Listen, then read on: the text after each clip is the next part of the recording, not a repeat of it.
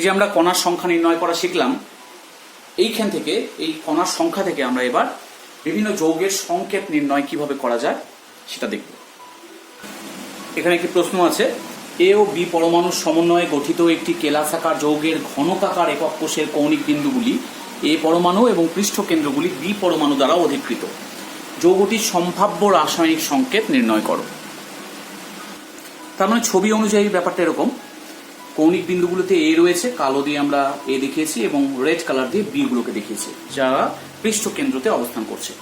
তাহলে যৌগটির সম্ভাব্য রাসায়নিক সংকেত কি হয়? তার মানে এখানে এ কণার সংখ্যা কত? এর সংখ্যা,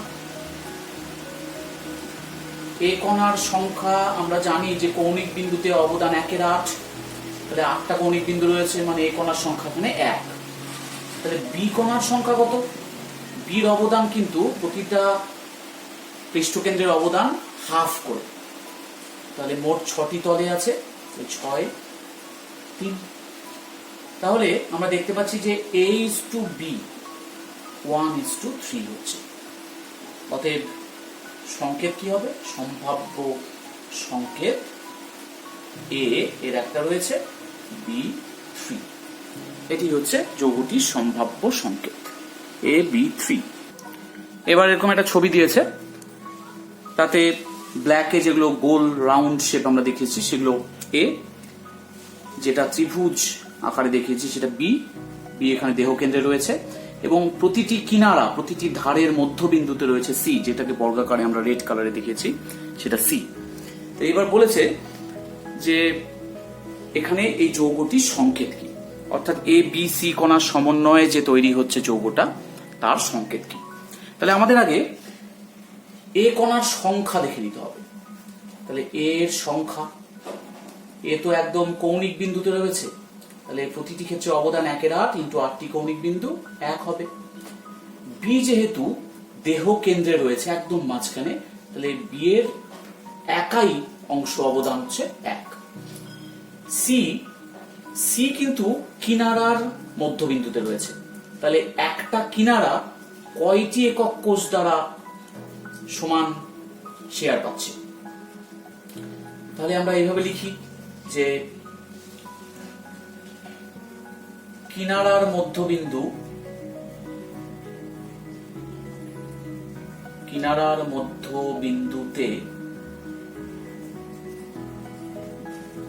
অবস্থিত প্রতিটি সি এর অবদান, দেখো এটি কয়টি একক কোষ দ্বারা শেয়ার হচ্ছে? 4টি একক কোষ দ্বারা শেয়ার হচ্ছে, কিন্তু এক একটা কিনারা। আমরা যদি এই একক কোষটার 4 সাইডে আরো 4টা বক্স লাগিয়ে দিই, এখানে একটা, এর উপরে একটা, তাহলে কিন্তু প্রতিটা কিনারা 4টি একক কোষের ক্ষেত্রে সাধারণ হচ্ছে, কমন হচ্ছে। তাহলে প্রতিটার অবদান 1 এর 4। তাহলে মোট কিনারা কত আছে? 12টি আছে। তাহলে কিনারার মধ্যবিন্দুতে অবস্থিত 12টি সি এর অবদান কত হবে? 1 এর 4 × 12, তার মানে 3। তাহলে সি এর সংখ্যা কত? আমরা বলতে পারি সি এর সংখ্যা 3। তাহলে A:B:C কত হচ্ছে? 1:1:3, অর্থাৎ সংকেত ইকুয়ালস টু ABC3। এটাই হচ্ছে আমাদের সংকেত ABC3, মানে ওই যৌগটির সংকেত, কেলাসাকার যৌগটির সংকেত ABC3। একটি ঘনকাকার একক কোষের কৌণিক বিন্দুতে একটি করে এ কণা এবং প্রতিটি দেহ কর্ণে 2টি করে বি কণা অবস্থান করে। যৌগটির সংকেত কি? এই যে কৌণিক বিন্দুতে, এগুলোতে কিন্তু এ কণা রয়েছে, অর্থাৎ এই যে কণা এটাকে আমরা এ দিয়ে বলছি। আর দেহ কর্ণ মানে কি? পেছনের দিককার বিন্দু থেকে সামনের দিকের বিন্দু যোগ করলে, সরলরেখা দ্বারা যোগ করলে যে রেখাংশ পাওয়া যাচ্ছে, যে সরলরেখা পাওয়া যাচ্ছে, তাকে আমরা বলছি দেহ কর্ণ। তাহলে এরকম মোট কটি দেহ কর্ণ আছে? এরকম মোট 8টি দেহ কর্ণ রয়েছে। এরকম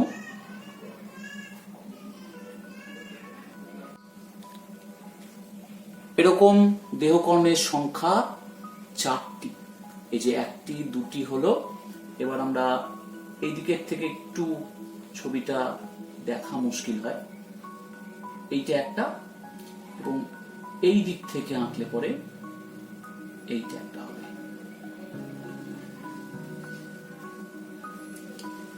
তা এই যে মোট দেহকর্ণ কিন্তু 4টি। তাহলে প্রতিটা দেহকর্ণে আবার 2টি করে কণা রয়েছে। তাহলে আগে আমরা এ কণা এবং বি কণা তারপরে বের করে নিচ্ছি। তাহলে এ কণার সংখ্যা, এ কণার সংখ্যা 1/8, যেহেতু কৌণিক বিন্দুতে রয়েছে, ইন্টু 8, তার মানে 80। আচ্ছা, একটি দেহ কর্ণে অবস্থিত বি কণার সংখ্যা 2। কারণ দেখো, এই যে কর্ণের ভেতরে, কর্ণের মধ্যে যারা অবস্থান করছে তারা কিন্তু বক্সের ভেতরে আছে। তাহলে বক্সের ভেতরে যে কণাগুলো আছে তারা কিন্তু কেউ বাইরের কোনো একক কোষ দ্বারা শেয়ার হচ্ছে না। তার মানে তারা কোনো শেয়ার পাচ্ছে না, শুধু এই একক কোষটাই সম্পূর্ণ শেয়ারিং পাচ্ছে। তাই একটি দেহকর্ণে যে 2টি কণা রয়েছে সেটা সম্পূর্ণ এই একক কোষটার মধ্যে। তাহলে আমাদের এখানে 4টি দেহকর্ণ বললাম। 4টি দেহকর্ণে অবস্থিত বি কণার সংখ্যা 4 × 2, তার মানে 8টি। তাহলে A/B 1:8, তার মানে সংকেত কি? সংকেত হবে AB8। AB8 এ ও বি পরমাণু দ্বারা গঠিত একটি কেলাসাকার যৌগের একক কোষ FCC। ওই একক কোষের কৌণিক বিন্দুতে এ পরমাণু এবং পৃষ্ঠকেন্দ্রে বি পরমাণু অবস্থান করে। যদি একটি কৌণিক বিন্দু থেকে এ পরমাণু নির্দিষ্ট হয়, মানে হারিয়ে যায়, তবে যৌগটির সম্ভাব্য সংকেত কি? তাহলে ছবিটা এরকম। এখানে প্রতিটি কৌণিক বিন্দু ব্ল্যাক কালারে দেখিয়েছি, যেটা এ দ্বারা অধিকৃত, এবং পৃষ্ঠ কেন্দ্রগুলি রেড কালারের আছে, বি পরমাণু দ্বারা অধিকৃত। যদি কালার ক্যামেরাতে ঠিকঠাক আসে তাহলে এটা ব্ল্যাক এবং এই পৃষ্ঠ কেন্দ্রগুলি রেড দেখাবে। এবার বলেছে যদি একটি কৌণিক বিন্দু থেকে এই পরমাণু নির্দিষ্ট হয়, যদি হারিয়ে যায়, আমি এখানকার যে একটা কৌণিক বিন্দু আছে যে কোনোটা নিতে পারি, তো এই কৌণিক বিন্দু থেকে আমি একটা এ কে সরিয়ে দিলাম। এবার যৌগটির সম্ভাব্য সংকেত কি হবে? মানে এখানে কিন্তু 8টি পজিশনের মধ্যে একটি ফাঁকা আছে, একটিতে এ অধিকার করে নেই। তাহলে এমনি আমরা কি করে বের করি? এ কণার সংখ্যা, এ কণার অবদান তো 1/8, যেহেতু কৌণিক। তাহলে 1/8 ইন্টু কটা আছে? এবার কিন্তু 8টা নেই, 7টা আছে, কারণ একটা হারিয়ে গেছে। তাহলে এ কণার সংখ্যা 7/8। বি কণার সংখ্যা, বি কণার সংখ্যা কত? বি কণার সংখ্যা কিন্তু এখানে পৃষ্ঠ কেন্দ্রে আছে, মানে হাফ করে অবদান 6টি, তাহলে 3। অতএব A/B কত হবে?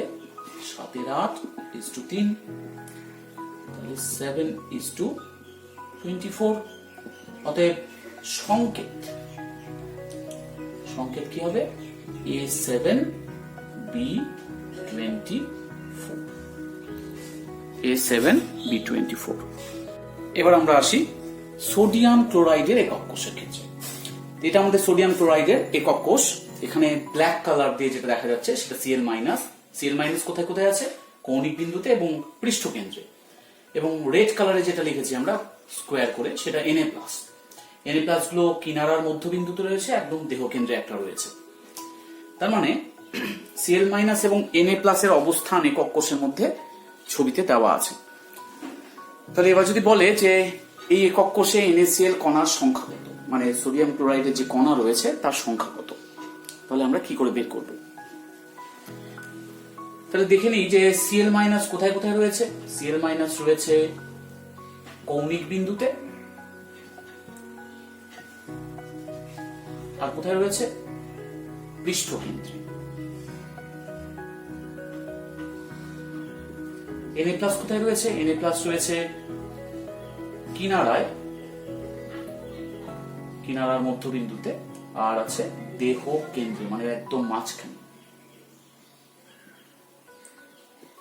তাহলে Cl- এর সংখ্যা কত? সংখ্যা, তাহলে Cl মাইনাস কৌণিক বিন্দুতে যারা আছে তাদের অবদান 1/8 করে ইন্টু 8টা আছে, পৃষ্ঠকেন্দ্রে যারা আছে তাদের অবদান অর্ধেক হাফ করে ইন্টু 6, তার মানে 1 + 3 = 4। Na প্লাস এর সংখ্যা কত রয়েছে? Na প্লাসের সংখ্যা কিনারাতে, যেহেতু কিনারাতে 1/4 অংশ করে অবদান, এবং কটি আছে? 12, প্লাস দেহ কেন্দ্রে আছে একটি, 3 + 1 = 4। তাহলে Na প্লাস কটি আছে? Na প্লাস কিন্তু আছে এখানে 4টি, আর Cl মাইনাস আছে 4টি। তাহলে কটি কণা আছে? একটা Na প্লাস একটা Cl মাইনাস একসাথে থাকে, তাহলে আমরা বলতে পারি 4টি NaCl আছে। 4টি NaCl কণা এই একক কোষের মধ্যে অবস্থান করছে।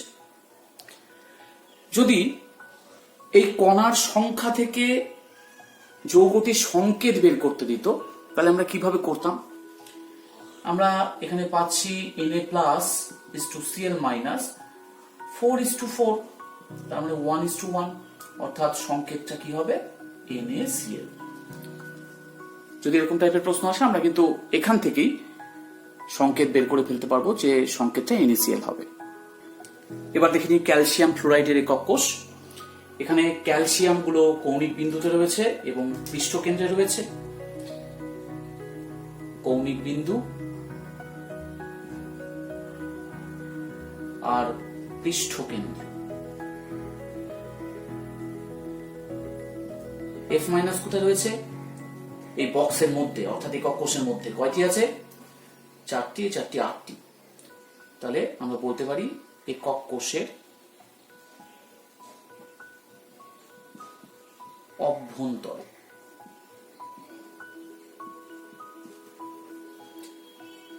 তাহলে এখানে Ca2+ এর সংখ্যা কয়টি?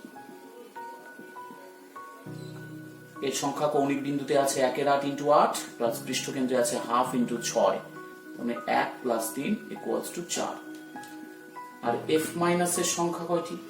F মাইনাস তো ভেতরে আছে রেড কালারে, তাহলে 4টি, 4টি 8টি, তাহলে F মাইনাস আছে 8টি। এবং এরা কিন্তু যেহেতু বক্সের ভেতরে আছে, একক কোষের ভেতরে আছে, তাই এরা কারো দ্বারা শেয়ার হচ্ছে না, তাই সম্পূর্ণ একক কোষের অবদান। তাহলে এখানে আমরা দেখছি যে 4টে Ca+ কে 8টি F মাইনাস ঘিরে রেখেছে। তাহলে সংকেত কি হবে? Ca2+ F মাইনাস, তাহলে 4:8, তাহলে 1:2। তাহলে সংকেত হবে, আমরা যদি কণার সংখ্যা থেকে সংকেত বের করতে চাই, তাহলে সংকেত হবে CaF2। তার মানে এক একটা কণা CaF2 কে যদি আমি ধরি এক একটা কণা, তাহলে এখানে কয়টি কণা আছে একক কোষটার মধ্যে? 4টি Ca 8টি F মাইনাস কে নিয়ে আছে, তাহলে এক একটা Ca আছে 2টি F মাইনাস কে নিয়ে। তাহলে এরকম এক একটা Ca 2টি F মাইনাস কে নিয়ে CaF2 তৈরি হয়ে আছে, তাহলে এরকম কয়টি হবে? এরকম হবে 4টি CaF2 কণা। অর্থাৎ এই একক কোষটার মধ্যে 4টি CaF2 কণা রয়েছে।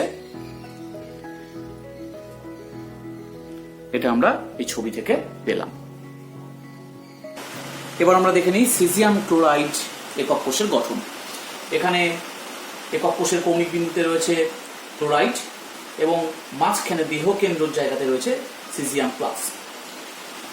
তার মানে এটা কি বিসিসি ক্লাস? এটা কি বিসিসি? সিজিয়াম ক্লোরাইড কি বিসিসি ক্রিস্টাল? ব্যাপারটা এরকমটা নয়, কিন্তু এরা কিন্তু রেগুলার বিসিসি ক্রিস্টাল নয়। এখানে ক্লোরাইড আয়নগুলি দ্বারা পরিবেষ্টনের ফলে যে ফাঁক থেকে যায়, সেই ফাঁকের মধ্যে সিজিয়াম প্লাস আয়ন অবস্থান করছে। অর্থাৎ এটাকে আমরা কিন্তু সেই দেহকেন্দ্রিক ক্লাস বলতে যা বুঝি, সেরকম আমরা রেগুলার দেহকেন্দ্রিক ক্লাস এদেরকে বলবো না। এরা কিন্তু বিসিসি ক্রিস্টাল, এদেরকে এইরকম করে বলা যাবে না। যদি একই রকম কণা দ্বারা সম্পূর্ণ স্থান, অর্থাৎ কৌণিক বিন্দু এবং দেহকেন্দ্র অধিকৃত হতো, তবে তাকে আমরা বলতাম বিসিসি। কিন্তু এখানে যেহেতু Cl মাইনাস গুলো কৌণিক বিন্দুতে রয়েছে এবং সিজিয়াম আয়নটি দেহকেন্দ্রে রয়েছে, একে আমরা কিন্তু সেই রেগুলার বিসিসি ক্রিস্টাল বলবো না। তাহলে আমরা এবার দেখে নিই যে সংকেত বা কণার সংখ্যা এগুলো কি হয়। তাহলে সিএল মাইনাস তো কৌণিক বিন্দুতে রয়েছে, তাহলে সিএল মাইনাসের সংখ্যা কত হবে? 1 × 8 × 8 মানে 1। তাহলে সিজিএম প্লাসের সংখ্যা যেহেতু দেহ কেন্দ্রে আছে তো একটাই হবে 1। তাহলে সংকেত কি হবে? সিএল মাইনাস, এটা হচ্ছে 1:1, তার মানে সংকেতটা হবে সিএল মানে সিজিয়াম ক্লোরাইড। তাহলে এখানে একটা সিএল মাইনাস রয়েছে, একটা সিএস প্লাস রয়েছে, তার মানে এই একক কোষটার মধ্যেই একটি কণাই রয়েছে, কিন্তু একটি কণাই রয়েছে যেটা সিজিয়াম ক্লোরাইড। সিজিয়াম ক্লোরাইডের একটি কণাই রয়েছে এই একক কোষটার মধ্যে। আজকের পর্ব এইটুকুই। নেক্সট পর্বে আমরা পরবর্তী অংশগুলো নিয়ে আলোচনা করব। Thank you.